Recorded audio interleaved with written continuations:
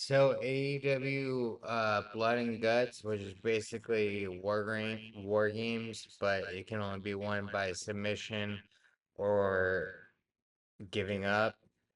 Started out, it was actually a really good Blood and Guts. Justin Roberts introduced the participants, the first two being Jack Perry for Team Elite and Darby Allin for Team AEW. There's a lot of I pretty much covered the whole match for this, so I may not comment on every picture. Jack Perry power bombed.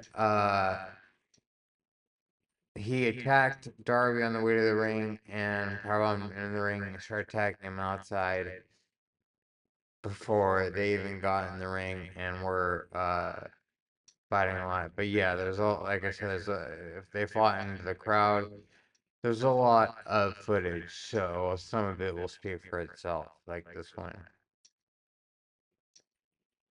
As I said, they fought in the crowd. Jeez, that one was big. Darby threw like a thing of water bottles at Jack Perry.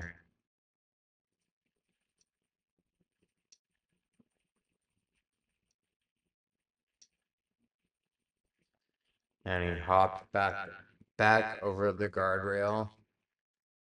And they finally made it in the ring where Jack Perry was able to get a hold of the trash can and some wire, which he used to his advantage. Then he used Darby Allin like a lawn dart and like shot putted him or javelin him into a trash can that had been set up in between the top and middle rope.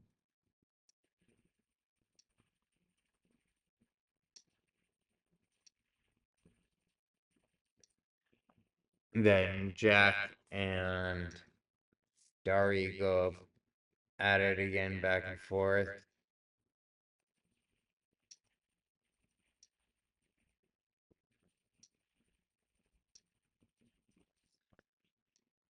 The team elite had the advantage in this match, so the next participant was Nick Jackson, I believe.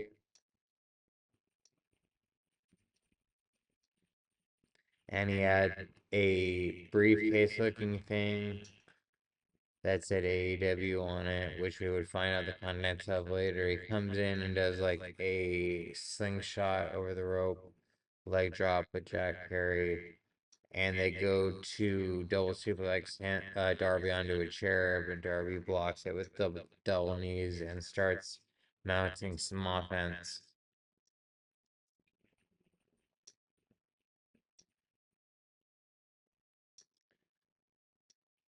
He gets kicked into the cage by Nicholas Jackson, and then Jack Perry hits the trash, drop kicks the trash can into Darby into the cage.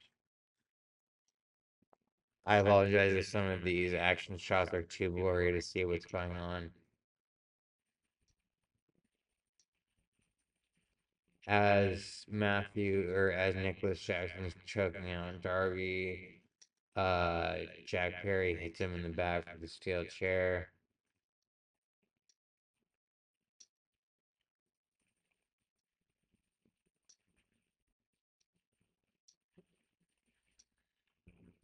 They were choking Darby through the and then through the ring rope, and then Mark Briscoe came out as the next member for Team AEW, and he really started to even things up a bit by taking down both Jack Perry and Nicholas Jackson.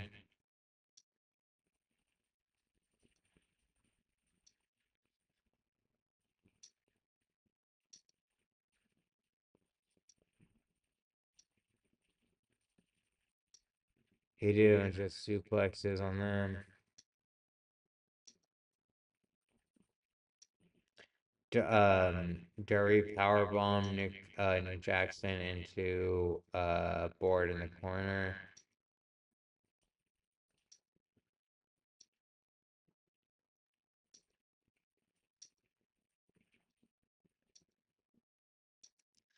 The countdown started again, and Matthew Jackson now came to the ring also with another briefcase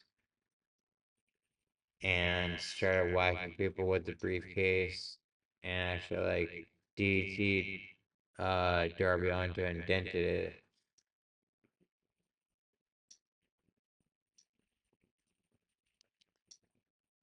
This is where he powerbombs Darby. He powerbombed Darby into Mark Briscoe in the corner, which I had not seen before.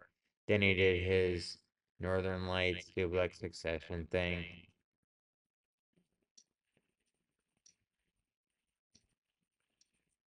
Went up to the top rope.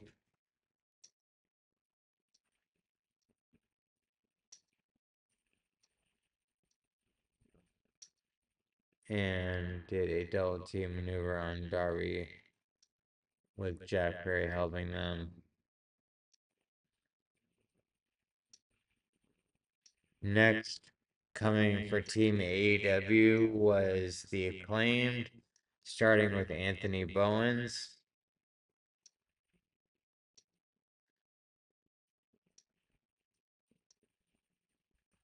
This is probably the most serious we've ever seen Anthony Bowens. He gets pretty violent in this match.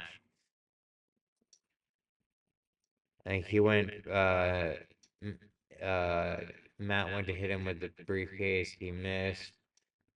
Bowens was just dominating for, the first part of him being in the match. He hit the running famouser on Jack Perry. Mark Briscoe getting involved again.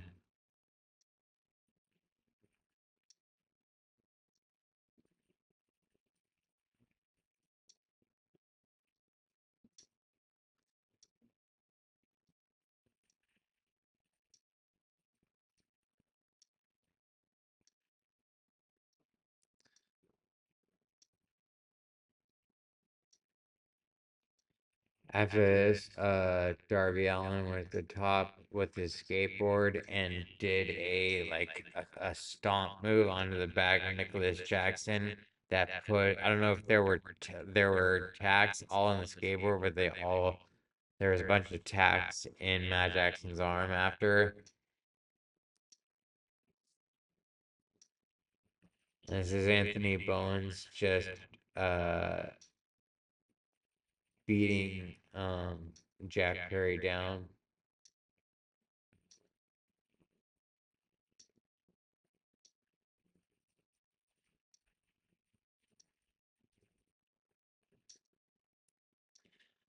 Next for the elite team was the Rainmaker Kazuchika Okada, who actually had a street sign that said Rainmaker on it, and proceeded to use that very same street sign when he got in the ring as much as he could. Darby Allin was able to, or I think it was him hitting Darby Allin, yeah, and then he gave like a tombstone like maneuver to Mark Briscoe onto the straight sign. And then a drop, I think, I don't know if it was a top rope drop kick or just regular one. Then the Jacksons went to get some tables that were on the side of the ring. And they body slammed Anthony Bowens twice onto a flat table. I don't really know why. It was kind of weird. Maybe like they knew maybe there was something wrong with the legs of the table and it wouldn't stand up or something.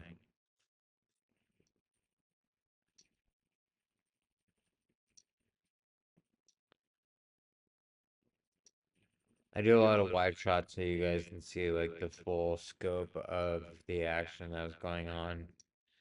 Next coming out for Team AEW was Max Caster from the Acclaimed. And he brought his microphone in and hit Okada with it right away. And then he also had his chain and started nailing every other member of the Team Elite with his chain, evening the playing field.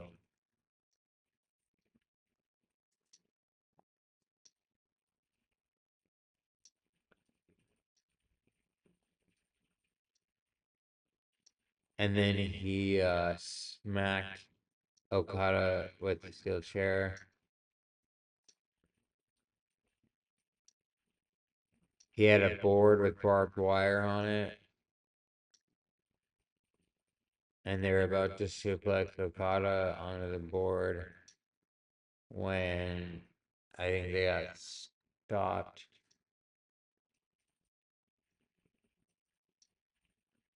by Team Elite,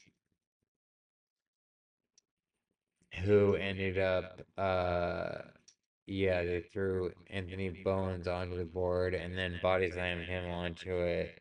And then they put another barbed wire board on top of him and sandwiched him in between. And Nicholas Jackson goes up to the top. I believe it's Nicholas Jackson, it might be Matt, and does a swanton onto the Bowens in between the sandwich boards. Then they have a black bag full of thumbtacks that they put inside Max Caster's mouth and give him a double super kick.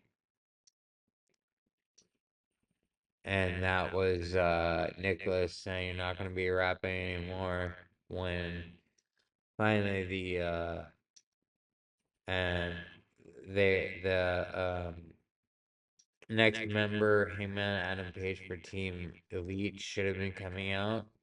His music played, but he never came out. Yeah, or not never. But he didn't come out when his music played. So the match continued as a 4-on-4.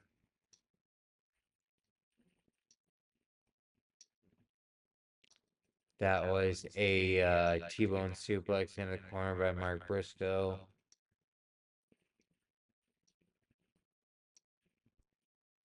Darby hitting Okada with the Rainmaker Street Spine.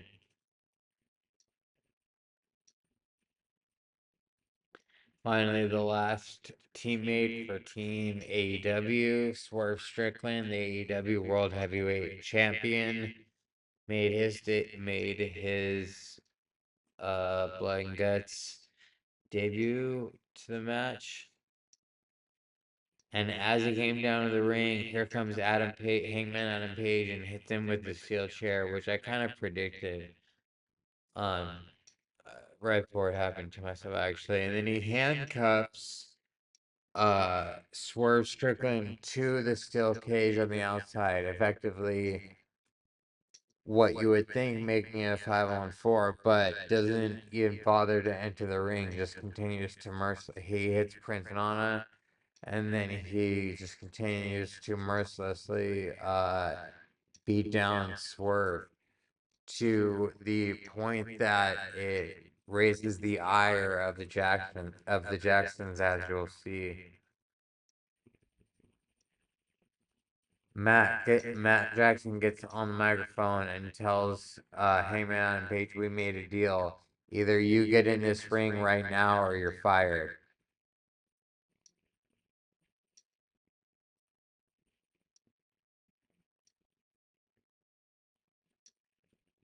So Hangman finally got in the ring,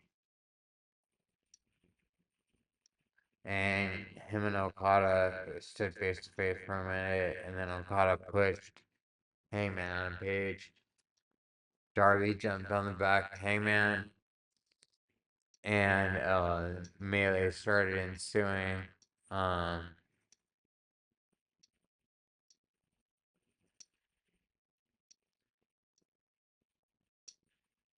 Swerve was trying everything he could to get out of the handcuffs. Team AEW was actually doing a pretty decent job of holding their own against Team Elite. I mean, it was technically still 4-on-4 at this point, or it was 5-on-4 with uh Hangman with all of Team Elite in the ring and Swerve still handcuffed outside.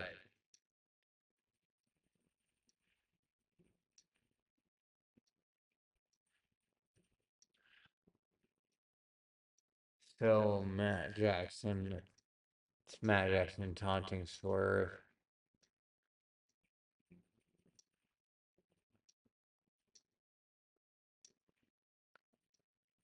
The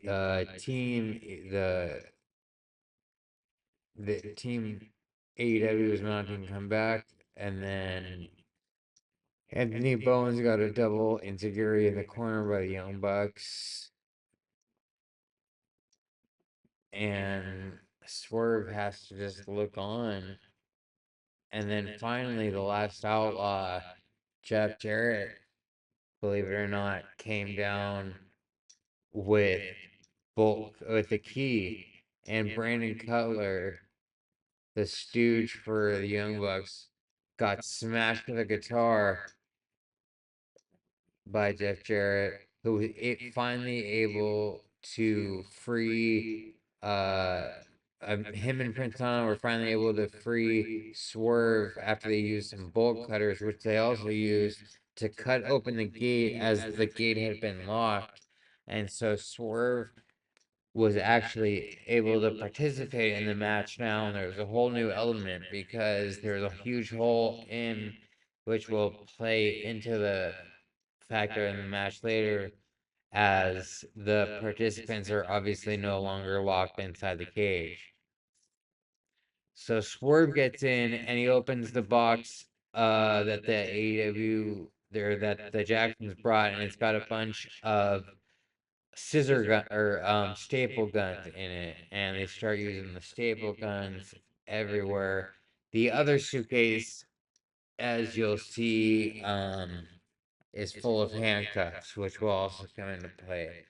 But one of them had a suitcase full of staple guns.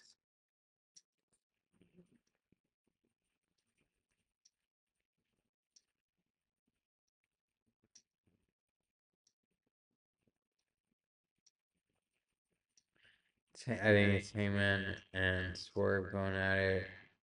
Oh, Hangman went for a uh buckshot lariat on Swerve, missed and hit one of his own teammates.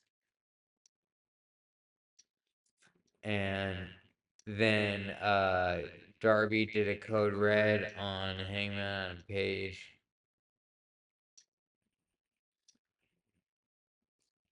Mark Briscoe was hitting froggy bows left and right.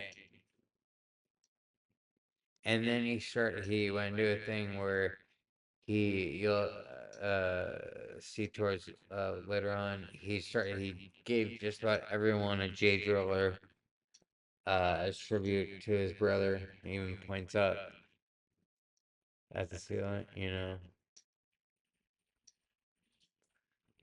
So this is where they're opening up the briefcase to unveil all of the uh, staple guns.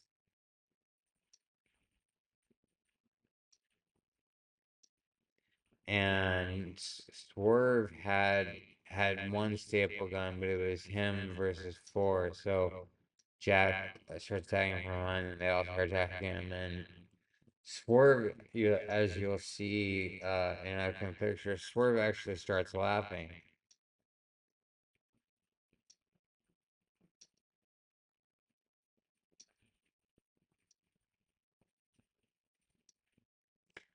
Like, he actually had a smile on his face after all that abuse.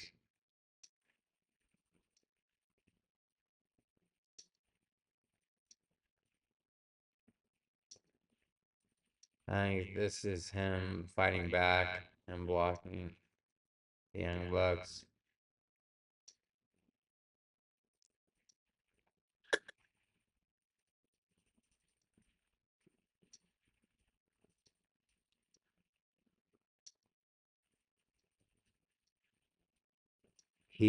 oh yeah, that's what he would do. He would do a move to one of them and then staple him. And then Kazuchika Okada tried to flip him off and he hit him in the finger with a staple gun. Then this is where he missed, Adam Page missed uh, the clothesline and got a staple gun in the face for it. The buckshot lariat would have been a clothesline. Sorry, I couldn't think of the name of it for a second. So he got a staple gun right in the jaw from Swerve. They go through the fence in the hole in the cages, start fighting up the rampway. Swerve's got Hangman in a chokehold and sort of sacrifices himself to throw them both off the stage, which pretty much takes them out of the match. And back in the ring,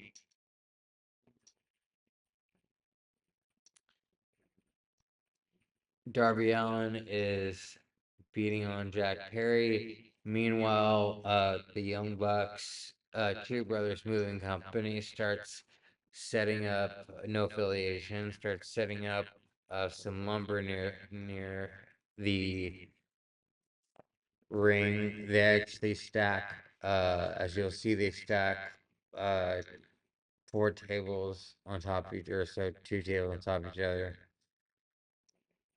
Four total. Yeah, you'll see.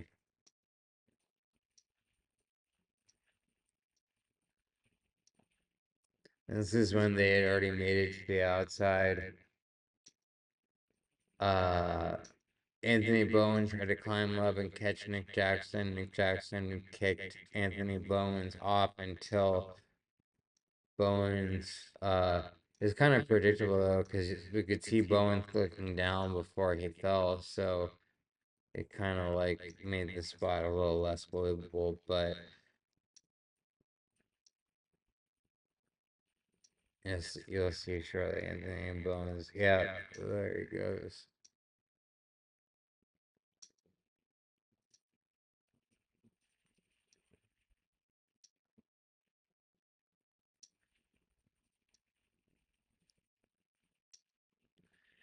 This is where Mark Briscoe started hitting J drillers on everybody as tribute to his brother.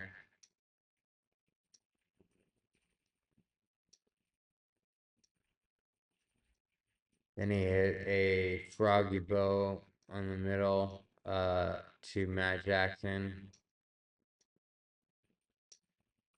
Darby, this was really cool. Darby scaled the side, used the top of the cage like monkey bars. I mean, incredible core strength to be able to do this. You like monkey bars. He used the steel cage and did a coffin drop. As you'll see, he climbs over Jack Perry and then yeah, I mean that was the most impressive coffin drop I've ever seen. And very like it took a lot of core strength to do that. Then they open the other briefcase, Team AEW, and finds all the handcuffs and starts with Mark Briscoe handcuffing Jack Perry to the uh, cage and hitting him with the second board cane. And they keep yelling at him like, say you quit," and he wouldn't say he quits. So Darby held the microphone and said, "All right, then let's let the let's let the match start." And he goes under the ring, as you'll see, grabs a thing of gasoline and starts pouring it all over Jack Perry.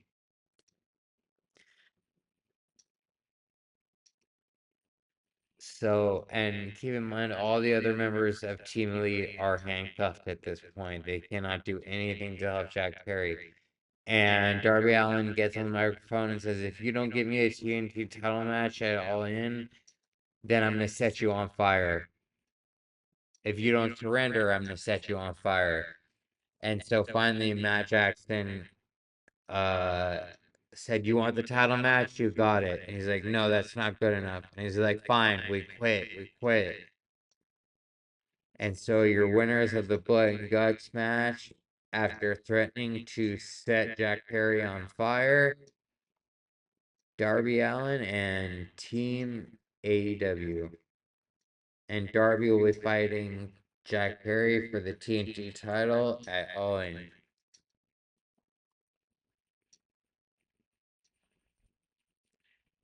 All in all, a great match.